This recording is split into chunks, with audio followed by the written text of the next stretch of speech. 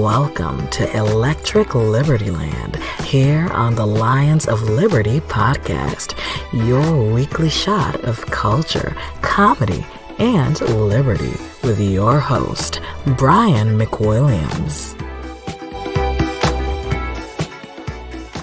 Ooh, doggy. Oh, boy. Welcome to Electric Liberty Land 262.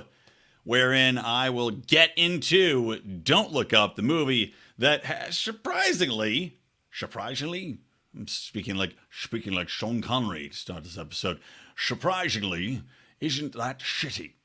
It's not bad, but I'll give you the good and the bad because it's got the classic progressive hypocrisy, blindness, and ignorance to irony in what they're preaching and insofar as what they believe and what they're targeting. But before I get to that, guys, I want to tell you about a wonderful sponsor that has been a longtime favorite of mine in the show and should be a favorite of yours, especially to protect your investments, and that is, of course, iTrustCapital. iTrustCapital is the number one IRA, crypto-based IRA, Roth or regular, on the marketplace. Over 1,500 reviews on Trustpilot, and backed up with two different insurers, crypto-specific insurers, to keep your investment safe. Make sure you're not going to get hacked and lose that like you might on an exchange. But iTrustCapital is not just an IRA or a Roth IRA, wherein your assets are protected. You can protect them from the government taking that big tax chunk out later on in your retirement,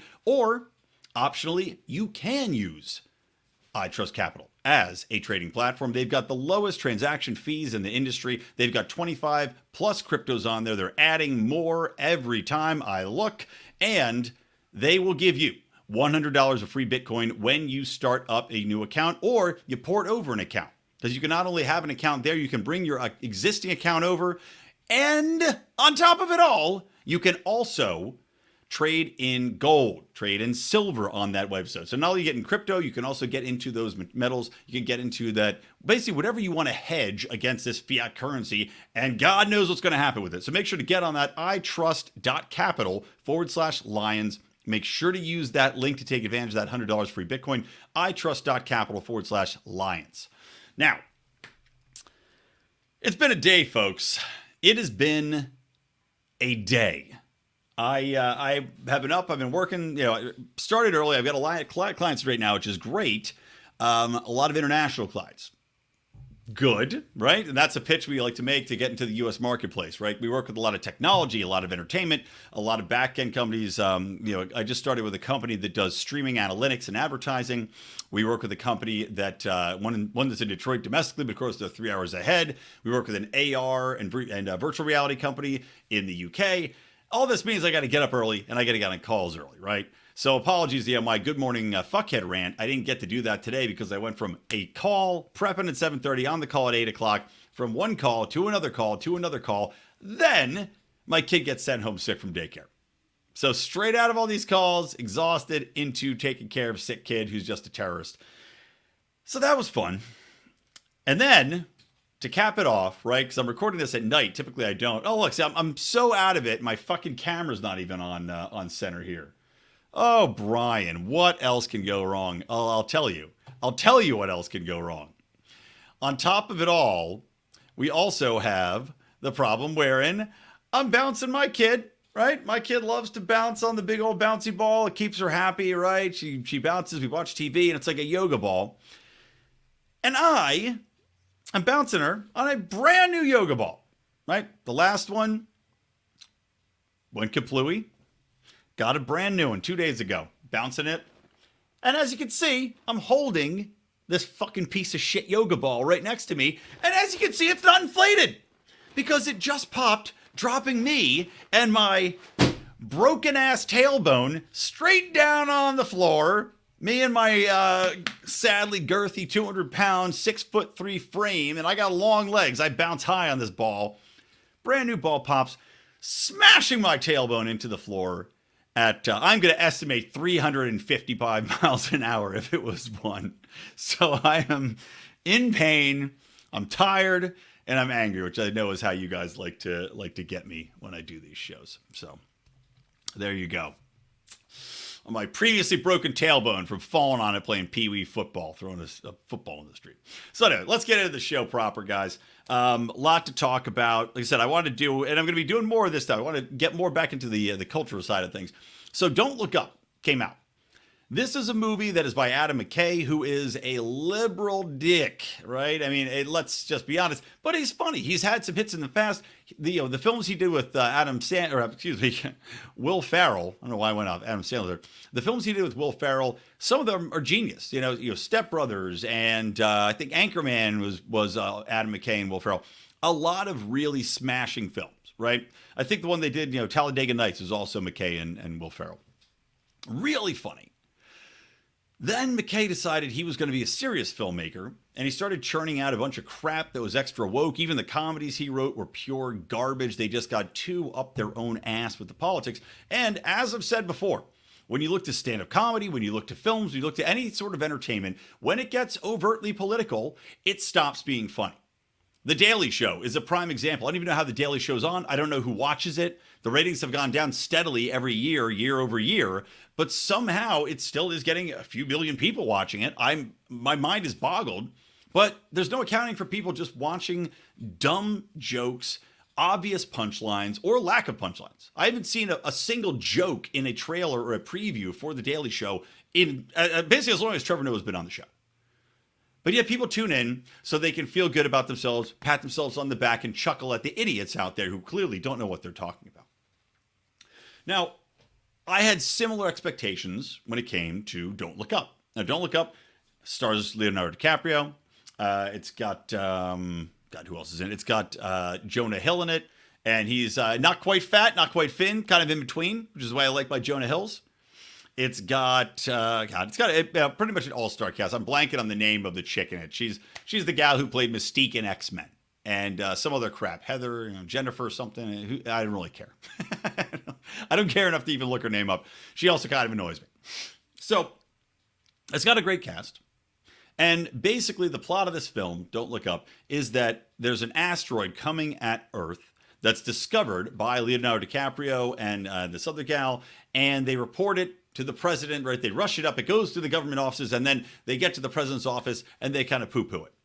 And then it becomes this thing where even though they say they've got the empirical data to back up this asteroid is going to hit us, right? This thing is coming. It's going to destroy the Earth. It's going to end everything as we know it. It's still something where don't look up, right? Because that would mean you'd see the comet coming. There's a movement, don't look up. Now, there's going to be some spoilers. I'll try not to go into the finer details of the film. So if you haven't seen it and you want to see it, and I do recommend you do. I enjoyed it. You can still go and watch it. So I'll try to keep this spoiler free, but talk you through some of the themes that I found in it that were good and bad. Because, like I said, I wouldn't have watched this film knowing what I know about who made it, knowing about what the film actually is supposed to be about, which is climate change, right? That's why Leonardo DiCaprio's in it. He said, oh my God, a comedy about climate change that makes fun of conservatives. Okay, yeah, how could I say that? So that's what it was about, without being explicitly out there about it. But I had a couple of good friends tell me, look, I really enjoyed this movie. You should check it out. I think you're going to like it. So gave it a go. And I did like it. It had a lot of very funny parts in it. Jonah Hill especially. Some of Jonah Hill's lines were very funny. Non-political, just he was a real dick in the film. He had some really, really funny lines. Funny, basically, he played a role in which he was Donald Trump's son in the White House, as the right-hand man to Meryl Streep. Meryl Streep's in it as the president. And she plays a role that is basically, it really is, they did an interesting combo between a Hillary Clinton and a Donald Trump, right? She's got the braggadocio, but it's also, and this is to the benefit of the film, not making it explicitly Trump, right? They even had pictures of her with Bill Clinton, and it was very clear that she was supposed to be part of this elitist, cronyist type of regime, which of course Hillary Clinton is prominently part of. So that was to the credit of the film. Let me just bring up some notes here I have. Some of the other good in the film. They did a good job of depicting the polarization between people and how this becomes accentuated by virtue of the media they consume. There, of course, is the far left media. There's the far right media. David Chiklis, right? I think that's his name. David Chiklis, the guy who was in he played the Thing in a horrible Fantastic Four movie. He was in a very good crime show. Of course, he was the commish. So he's in it as this right-wing broadcaster who, of course, doesn't believe any of the science, yada, yada. And they've got these more left-wing kind of The View types. It's Tyler Perry's in it. And again, a gal I'm blanking on her name on. The Elf Queen from Lord of the Rings. She's in it. And they play this kind of very banal, just keep everything light, chitter chatter as they're trying to break the news to the world, right? So they did an interesting job in portraying the idiocy of the media out there, how the media doesn't really care. They don't want to get into the topics, and they'll look facts in the face and ignore them and just preach to the audience. So they do a good job of depicting that. They did a good job of depicting the nepotism involved in these elite crony systems, how these people that are running the government are inept, right? Completely inept, how they get in the way. The higher up the chain you go, the more inept it gets, typically, is how they're portraying this. I would say that no matter where you go in the chain of government, they're all inept. But that they're slow to react, that they always want to, go through these processes. Oh, we'll review it, blah, blah, blah. So they did an interesting job of portraying government as this slow, lumbering, incompetent object that's sitting in the way of progress. Cool. I'm digging that too. They also talk about the corruption involved in government. Like I said, the cronyism, because a large component in this film comes when basically a Steve Jobs-esque or an Elon Musk-esque character comes in. Although this guy's really, I'd say far more, I don't know, still Steve Jobs than Elon Musk. Elon Musk has autism, but he's still kind of hip and with it. This guy was a real wheedling, kind of nerdy weirdo guy that portrays this tech genius that's running this company called, it's like Brax or something like that. But he comes out there and basically, because he is a huge donor to the president, gets a lot of sway over what's happening. And he involves it's basically a cell phone company that monitors with its phone technology, similar to an iPhone, all of your heartbeats and your actions, and through algorithms can predict what you're going to do, how you're going to die even, which has a funny callback at the end of the film I won't ruin for you. But they did an interesting job portraying that influence of money in how politicians act. And there's a pivotal scene in the film where he impacts what happens to the entire world. And I'll tell you, it ain't positive. So that was, they did a good job with that, painting the money aspect in politics. They also had some funny takes on social media, because we talk a lot about the context or lack of context in the current environment we're in, right? Wherein people will take a tweet, they'll take an entire interview, and they'll pull one half line out that probably makes perfect sense if you had the sentence preceding it. And we used to do a funny thing, which is one sentence earlier, Rand Paul, one sentence earlier, because Rand Paul would famously, at least in our opinion, give a great quote, and then he'd add something on the end of it that would take it out of context and ruin the entire quote and ruin the interview. So he'd say, one sentence earlier, Rand Paul, please. But they did an interesting job portraying that, because Jennifer, God damn it, I can't remember her name. Anyway, the lead chick in this who finds this meteor, she's out there kind of going crazy. And they say over and over again, she needs media training because she's just out there like a lunatic, but trying to convince people, look, this is coming, you're going to die. And she is mocked on social media. They make memes of her saying, you're all going to die, you're all going to die. They're all going to laugh at you. So they do a good job portraying social media and how you take something out of context and you put it out there, and people will just glob onto whatever they already want to believe, or they will get easily swayed by something that really has no pertinent, no impact on the actual conversation. But because people are so easily distracted, swayed, because that visual impact with just a simple, you're all going to die, and a stupid picture, they take her looking at her worst, they add googly eyes and all this crap to her to make her look like an even more insane cartoon character on the show. That does have a huge sway over how people react to things. I mean, that is why it's funny, you see the social media crackdown on so many of the right-wing memes, because the left can't meme. That phrase exists for a real reason, and it's because it's true. The left cannot meme. They get destroyed in that game, and that's why you see a lot of social media cracking down on this, because the left has influence over social media, and thus they exercise it accordingly. Now, I'll get to the bad in a minute, because obviously in this, they're showcasing it like there's never any social media censorship going on. But before we get to that, I'll go through a couple more good things. One of the other things that I liked about the film is that they showcased how everyone is easily corruptible, right? How power, prestige, attention can corrupt people very easily. Leonardo DiCaprio's character, I won't give you the specifics again, I don't want to ruin the movie for you, but he gets corrupted. And I think that that is a powerful point to make. And I think that the hypocrisy that Adam McKay and Leonardo DiCaprio don't quite grasp holds true, especially with this film being related to climate change. So let's now transition into the bad. So the bad of this is basically the blind hypocrisy. So this is a film that was pretty explicitly made about climate change. They don't say it, but you know what that means. This asteroid is supposed to be climate change. It's going to destroy the Earth. And they're saying this whole movie, oh my God, we have the data. Don't you see this is coming? It's going to make everybody extinct. How can you deny it? How can you make light of it? How can you not see this is coming? On and on and on and on. Now, the funny thing about this is that when we talk about people getting corrupted, especially within climate science, that we've got perfect examples of. I mean, my alma mater, Penn State, one of the, Michael Mann, I believe his name is, one of the top climate scientists, was exposed through Freedom of Information requests as being behind explicit efforts because he wanted to protect his point of view, his power position, explicit emails telling journals, scientific journals, to blackball other writers, to blackball scientists, to pull papers discrediting science, even though these were absolutely factually, scientifically proven results that countered his crazy hypotheses, because he has been on the forefront of climate scare, climate fear mongering forever. He was working with Gore. He's one of the people that put out some of these crazy, I think he was involved even with the hockey stick graph, if I'm recalling correctly, which we know is completely fucking wrong. I mean, this guy he and his peers are on the same ground as, was it Neil Ferguson, I think that's the guy's name, the guy who came up with the initial COVID projections, right? That said, 4 million Britons are going to die in the first 3 months. Just ridiculous theories with zero backup.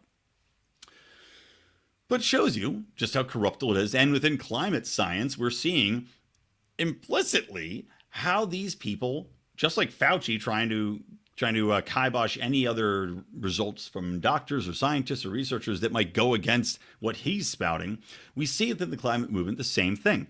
They have zero intent on having any discussion.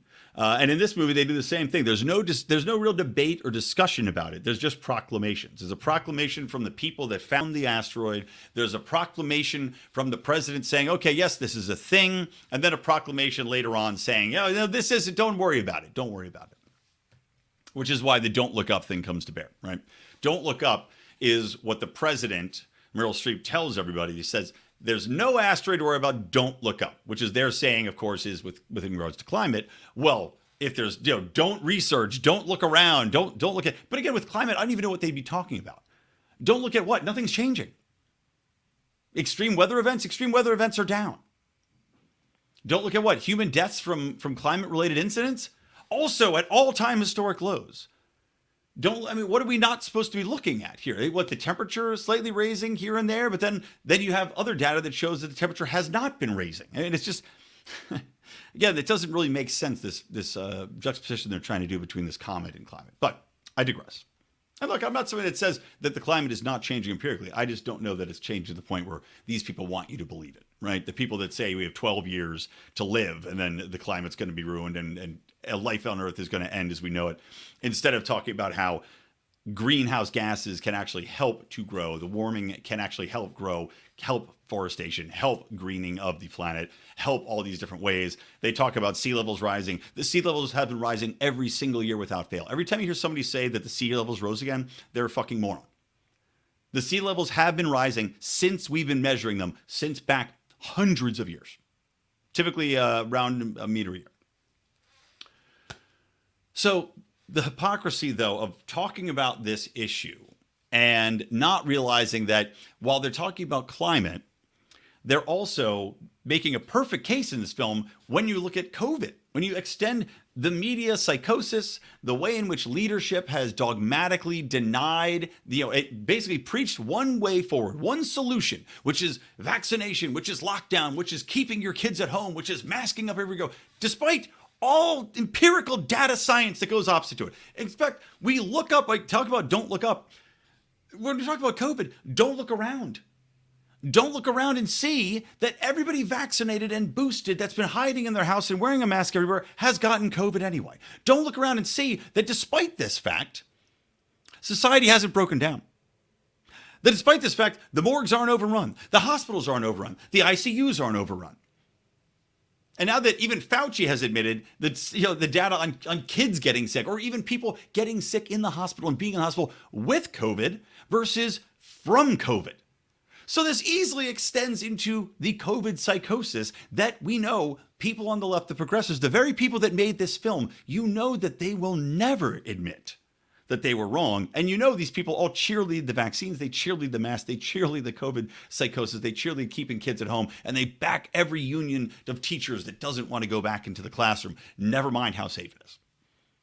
So there is that deep hypocrisy. Not only that, I would say extending it into Black Lives Matter and race issues as well. When you talk about hypocrisy, when you talk about the data behind police shootings, the data behind violence on police versus unarmed black men, when you talk about the data of just black on black crime versus general crime, all of these things are ignored by the left because they have to have something to cause. We have to have somebody to hate. And that right now is very conveniently to say, well, let's hate white America, let's hate white people, let's blame it on them, let's blame it on the patriarchy, and let's blame it on white people and say that all the evils of society are based on them. Let's teach our children to be divisive. Let's teach our children to look into race differences rather than simply find ways to get along or view each other as people.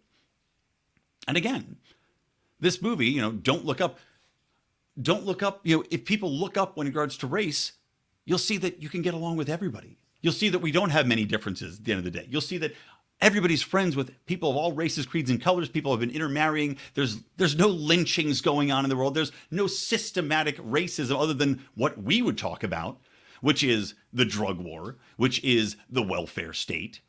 Those are the two best examples of systematic racism I can ever think of, and those are state-sponsored, aka government-sponsored.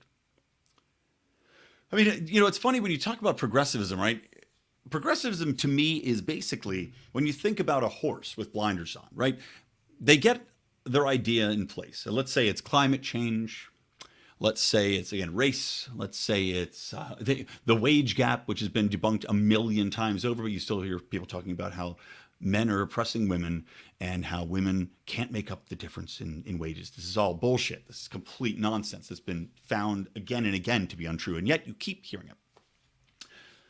But, with regards to climate change, it's the horse racing with these blinders on, right? And the horse is pulling a cart. And initially, somebody was whipping the horse and somebody has a vision. They're driving. They say, okay, this is where we're going to go. We're going to go from here to the end of the road, right? But these progressives, they get conned into it. Maybe it's the mass formation psychosis, right?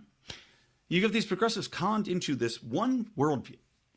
And they say, okay, here's my worldview. It's this very narrow tunnel vision point of view, and I've got my blinders on both sides, and I'm going to keep running straight forward down this path. And if there's a cliff coming ahead, I'm not going to see it. And if the driver passes away, or if the driver's a corrupt fucking asshole, I'm not going to see it. And if the cart falls off the wagon and goes tumbling into the weeds and breaks apart, I'm not going to see it. What I'm trying to accomplish, if I'm trying to pull this cart across the finish line to make the world a better place, but in the midst of that, I end up destroying millions of people's prosperity. I end up setting humanity back decades. And for what? You don't even know, because you're just racing forward and you will not let any other information in. You can't see anything else going on either side of you. And importantly, you can't see what, let's say it's a race. You can't see what the other horses are. You don't know where you are in the race, because you don't care. You have one point of view, and you can't see if somebody else is doing something so much better. If the horse next to you is racing by you, they only know it after they've passed. And at that point, they're just pissed off they're losing.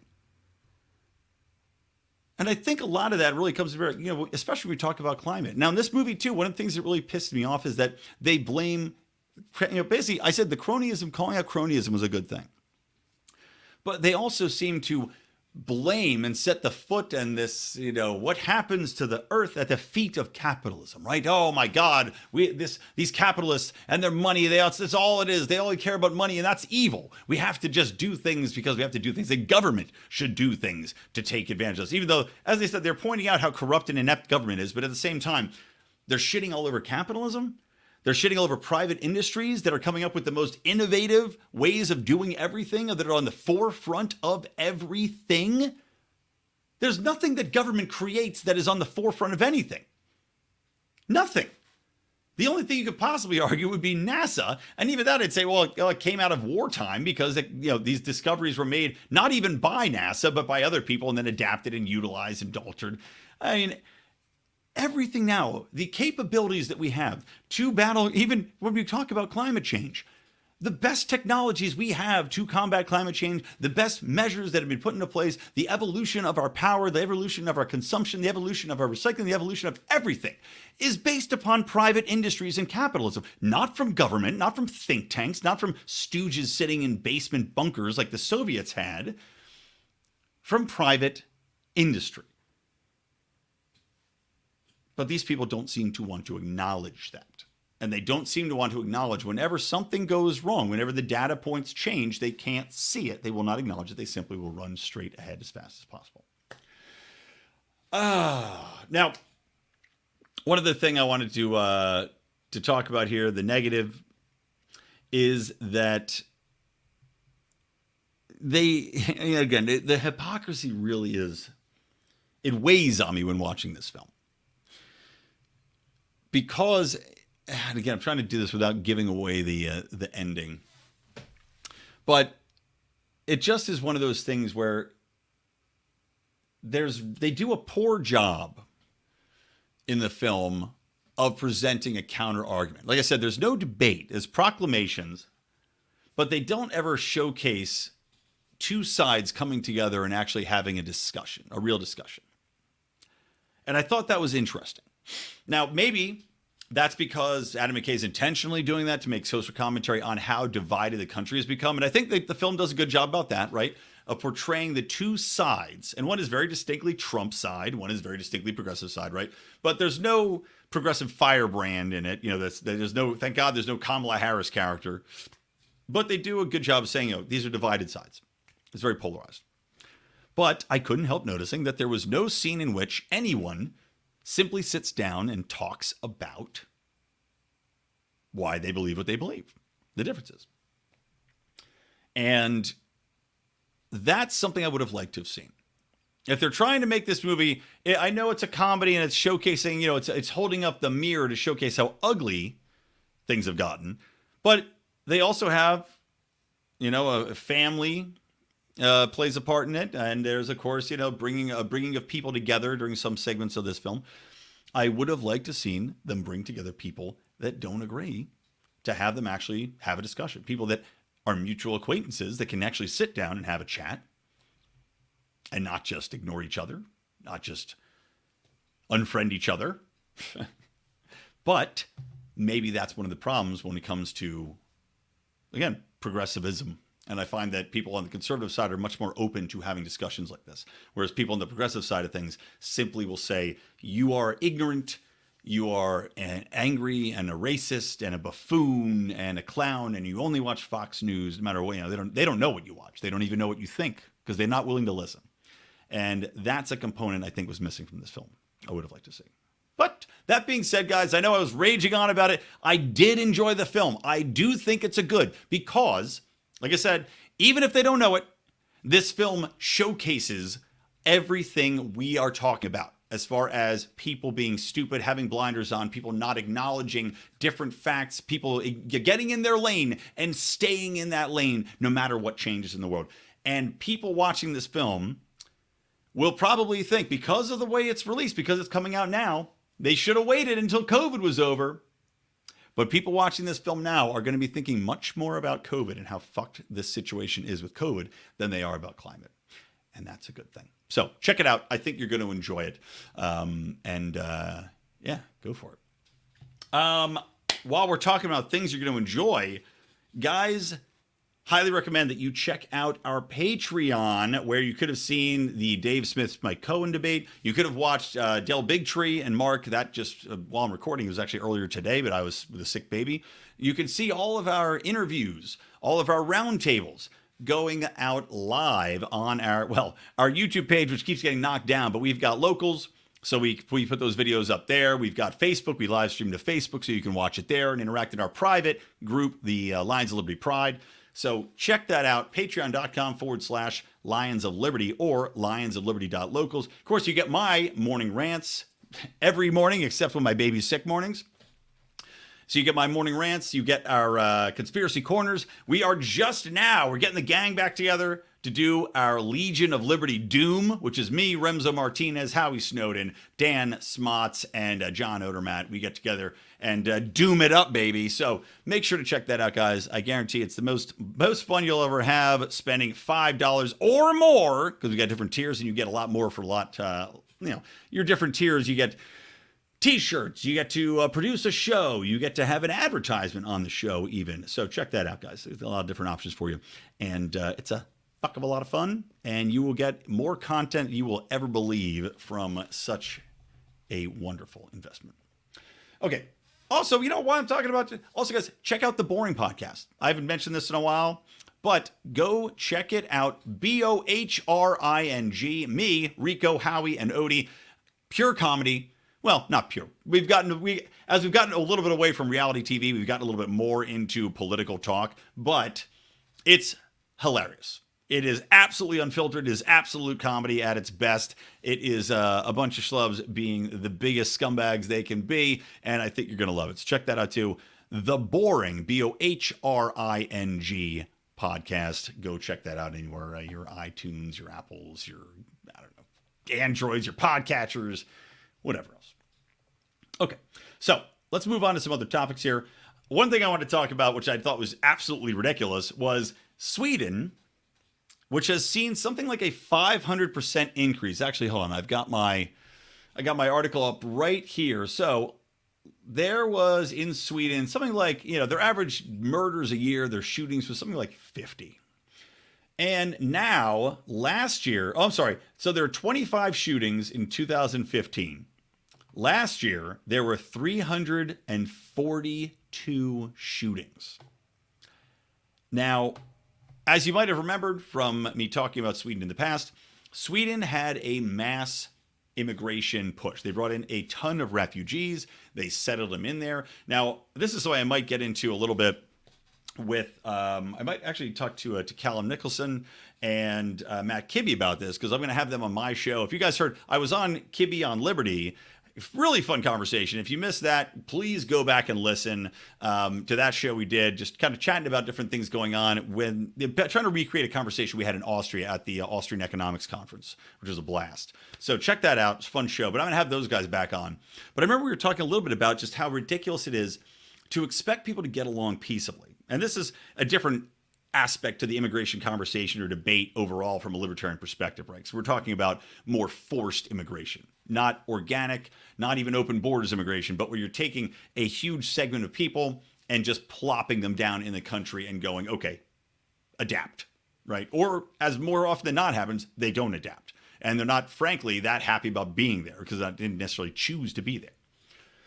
We're talking about the insanity of that and how it's not to condone or forgive any of the actions, but you have a ton of people that they have trouble finding jobs. They don't speak the language. They have trouble adapting. They are having issues on issues joining a society. So you could kind of see how they might fall back into crime.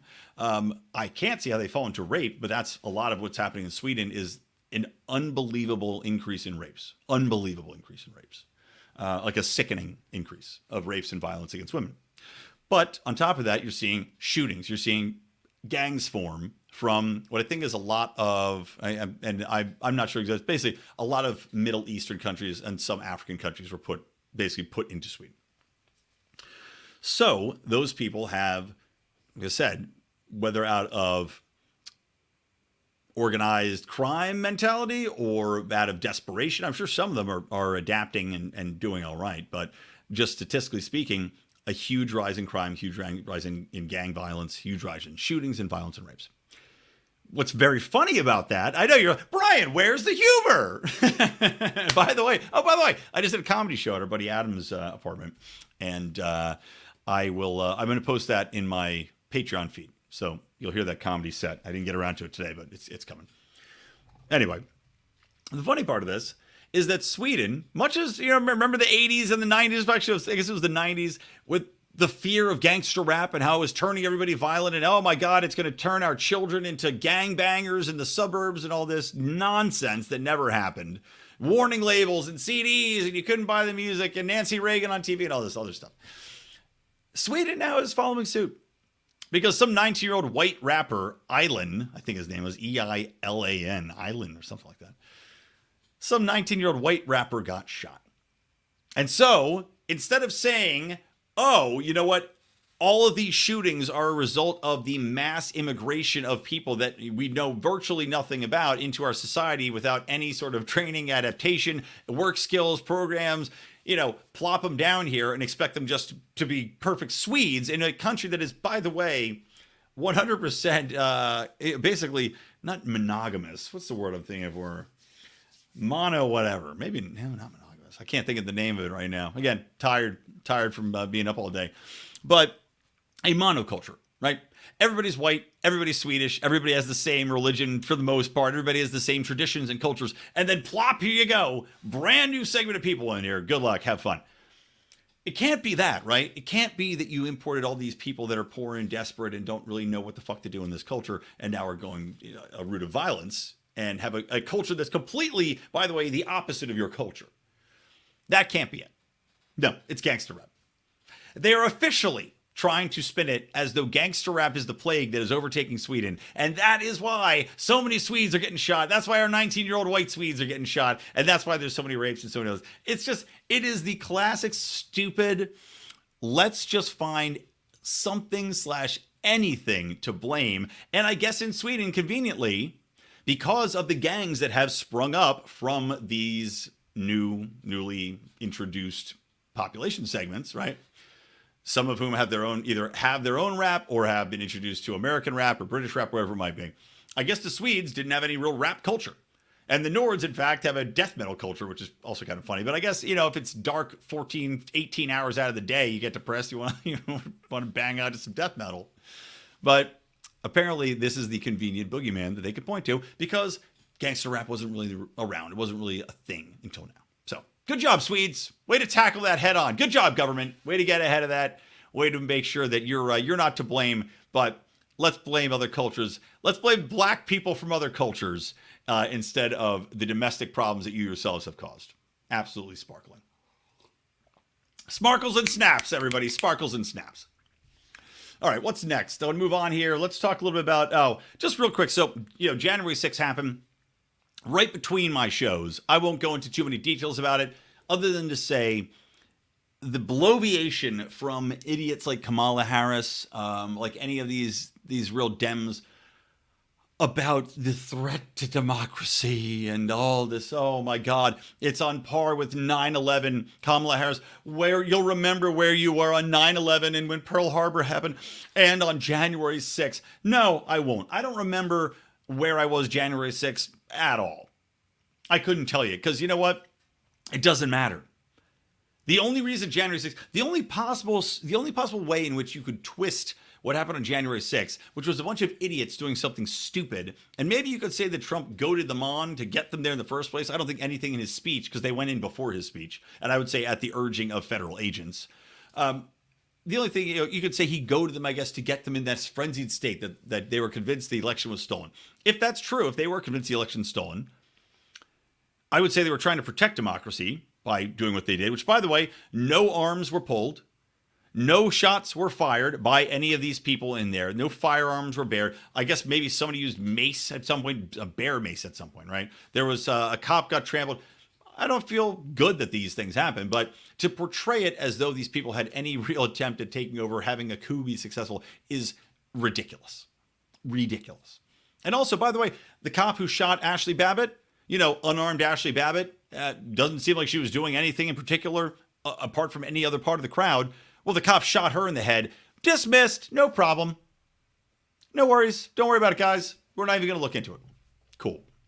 And by the way, Michael Bolden just shared a nice factoid. I think it was from the LA Police Department. And it was from the LA Police Department. And I'm just, making up the number here. But it was basically something like out of the 4,000 police misdeed reports that were filed by people out there, either of brutality or excess force or of wrongdoing.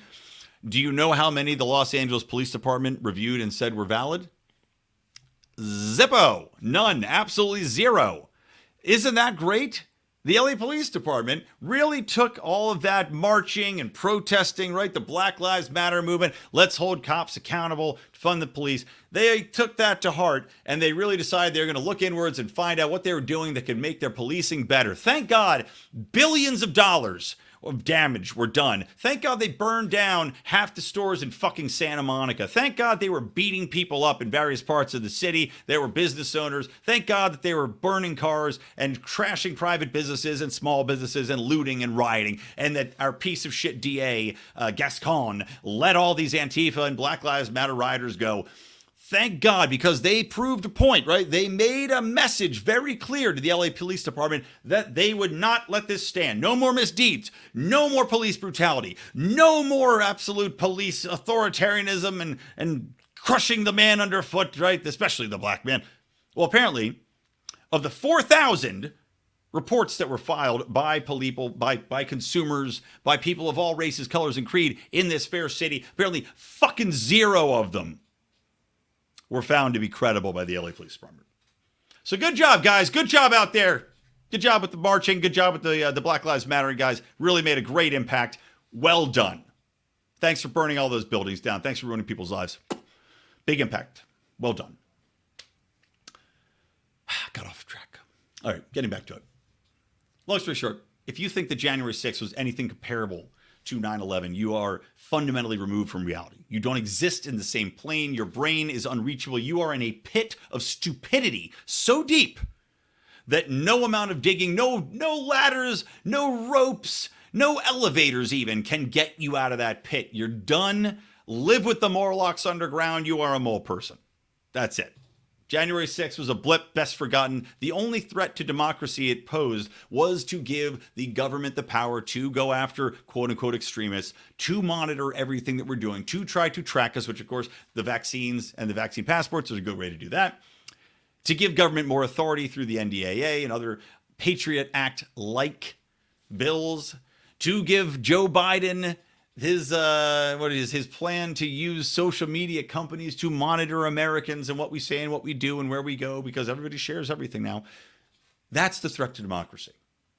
And that's what was delivered on a silver platter when these idiots rushed in there. There you go. Speaking of people in a pit of stupidity so deep, Justice Sotomayor, oh my God. The Supreme Court is hearing the oral arguments on whether or not vaccine mandates are legal, constitutional, especially with OSHA, right? In the workplace, specifically taking place in the workplace.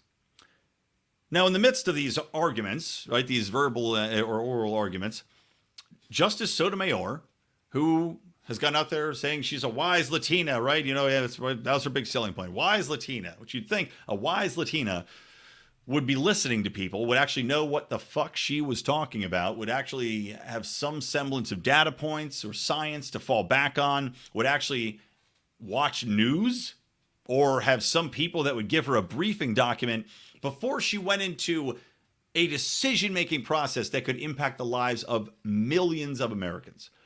But apparently none of that is true. Either that or she watched MSNBC about 2 years ago and then just stopped watching.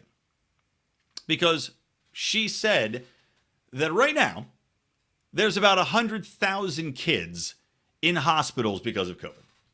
Right now. Today. Now, that number actually is, I think, over the entire COVID, it's only like 3,300 kids. All right. And we had Fauci, as I mentioned earlier in the show, literally just saying all the stats coming out on kids being hospitalized with COVID should not be paid attention to. These are not real stats. There are not children filling up ICU beds.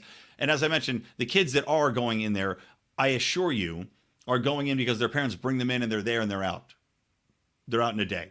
They're out in 2 hours. It's just parents freaking out because they've been brainwashed and propagandized to the point where they think their kid's going to die if they get tested positive for COVID, so they'd rush them to the hospital. I know a bunch of people whose kids test positive from COVID. A bunch. A friend of mine, her kid just had COVID. He's fine. A day of sniffles. He's fine. But he tested positive.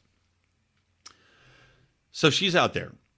This woman who's supposed to be, one of the top legal minds, one of the top intellectual minds of our day, in a position where she is on there now for life, spouting 100% wrong, 100% ignorant of, as I said, science, data, basic medical fact, ignorant of reality, during the oral arguments for something that could decide the fate of millions of Americans. If this bitch didn't have a lifelong assured position she could not be fired from, she would be fired today. She would be gone, out on her ass. Bye-bye. That's an inexcusable gaffe. For you not to know the basics of what you're talking about is astounding. Not only that, but she doubled down it. I was just reading an article today. She apparently doesn't know the difference between state and federal powers. You're on the Supreme Court. She doesn't understand the difference between a state policing presence and a federal policing presence. She thinks that the federal policing presence applies in the workplace for OSHA and vaccine mandates, that you can have a policing power over this. Now, there's something called the 10th Amendment. I mentioned my buddy Michael Bolden over the 10th Amendment Center. Go check him out. Go throw him some shekels. He's doing good work. He might have a little something to say about that. Because the 10th Amendment kind of gets in the way of that, right? Powers between the states and the federal government, pretty well defined. And if they're not defined, those are the powers of the state. Sotomayor doesn't know that. So not only does she make one absolutely indefensibly ignorant comment, but the next day, the very next day, showcases how little she knows or how little she cares. This is the state of things. This is why, I become very disillusioned with the Constitution. I'm sure many of you have as well. It's not going to protect us. It can be changed. You have idiots like Sotomayor who don't know what they're talking about, haven't done the research, haven't done the basics of the research on these topics that they're weighing in on. And yet they're making decisions for all of America. And so many times now with our government and the divisiveness that's happening with Joe Biden trying to get rid of the filibuster along with the Democrats to force through bills, despite the fact that we have these checks in place, right? I'd like the ratio to be much higher. I think 60 votes is too low. They're trying to get rid of any deal making. They're trying to ram shit through. And the Supreme Court's supposed to be the backstop, right? That's the one thing that's going to stop these crazy psychopaths from running roughshod over everybody in their path if they have the slimmest majority. And basically, tyranny of the majority. The backstop's supposed to be that Supreme Court. And these are the people that are supposed to protect us. Unbelievably, look, I'm white-pilled on what's happening, and I think this is going to actually help rather than hurt, because as I've been saying, we need to find different ways to create a culture of liberty. That's why when I talk about what I'm going to be doing with the show, rebranding it, I'm trying to put into practice what I'm preaching. I want to have a show that's going to be teaching more, that's going to be inspiring more, that's going to create the culture that we want to see rather than just me bitching about stuff. I will still bitch about stuff, don't get me wrong.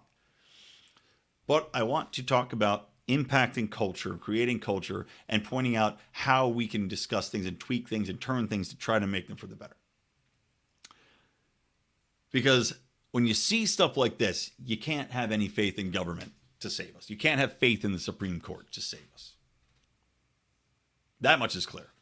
So all that's left is creating a culture wherein it doesn't get to this point, wherein we don't have this type of problem, where we don't allow governments to eliminate filibusters and run roughshod when they have a slim majority, where we have a culture of understanding and conversation and debate rather than polarized, blinders on, racing towards the cliff at high velocity, and God knows if anything's going to work out. Okay, Getting tired. Just another thing. I don't know if you saw Rand Paul and Fauci jousting, the Fauci joust. But Rand really hammered Fauci today, and it was hilarious. It was awesome.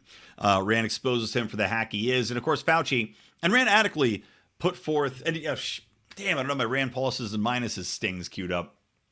If you don't know, we used to do a segment, Mark and I, it was a show called Rand pluses and minuses, where we just go through what Rand Paul's doing. But he's been on point.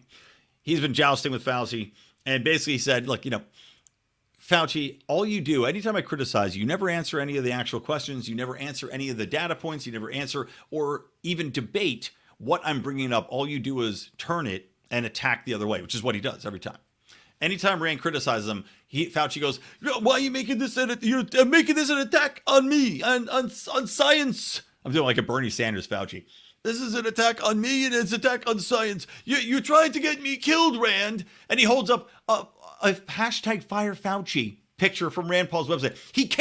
Fauci came to this meeting, printed out a picture of Rand Paul's fundraising website that said hashtag Fire Fauci and literally said, you're trying to get me killed by putting this on your website. This is like when those fucking journalists were crying that they were going to get murdered because Donald Trump said they were the enemy of the people, which they are. Fauci brings a printout of Rand Paul's website.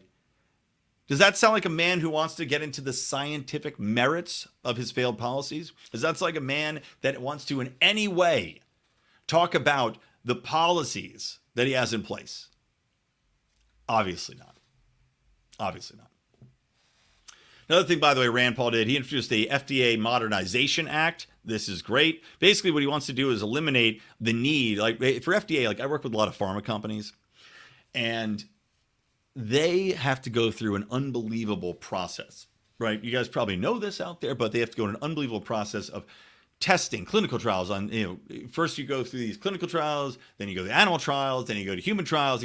There's trials on trials and trials and trials. It takes years and years and years to get anything past, billions of dollars spent. Rand Paul's Act basically points out that animal testing almost has zero positive impact, a positive effect, positive indications of how a drug will react within the human system. We're too different, right? And I was reading the stats on this. It's something like, 80% difference. Like 80% of these drugs that have no problem in animals fail when they're tested on humans. So what's the point of testing on animals other than if you like to torture animals, in which case, get into bestiality. Have some fun. And everybody has a little fun. Otherwise, you're just torturing animals for no good reason. Of course, we know Fauci likes that, by the way. We know Fauci likes to have beagles just get feasted on by fleas because he's a horrible monster. But Rand Paul wants to eliminate that and basically said, look, let's use technology. We've got computer models that can do it more adequately. You can have different ways in which to find whether or not these drugs are going to work before you get into human trials. Why are we wasting time and billions of dollars on all of these clinical trials and all this other shit in animal testing? Let's streamline it. It's not just from Rand Paul, by the way. He teamed up with Cory Booker again, kind of like the First Step Act. That's good to see. What do you know? People from across the aisle actually doing stuff that matters, that can impact people in a positive manner. Shocking to see. But maybe it's an indication. Maybe that's your white pill for this episode. Last couple things. Actually, just one more thing. Then I'm going to wrap it up because I am tired. But too funny. Australia. Can't be footloose in Australia. Can't work out in Australia. If you're unvaxxed and you're Australian, you're allowed to work out. Not allowed to get your electives. You're not allowed to go to work. This is if you're unvaccinated. Now, I don't know if that means remote work. I know in the United States, people were legitimately getting fired because they were unvaccinated, even though they're working remotely. But in Australia, they're making it official. Now, there was something pretty funny where, Novak Djokovic, who's unvaccinated, was being, denied a visa for quite some time until it became such a public relations nightmare that they eventually conceded. But it's just too funny. And then on top of this, Australian state bans dancing. Dancing! You can't go footloose. Hey, mate, you want to go footloose? I can't go footloose. A footloose. Kick off my Sunday shoes. I don't know. I don't have anything better for that. Slam a can of Foster's on your head.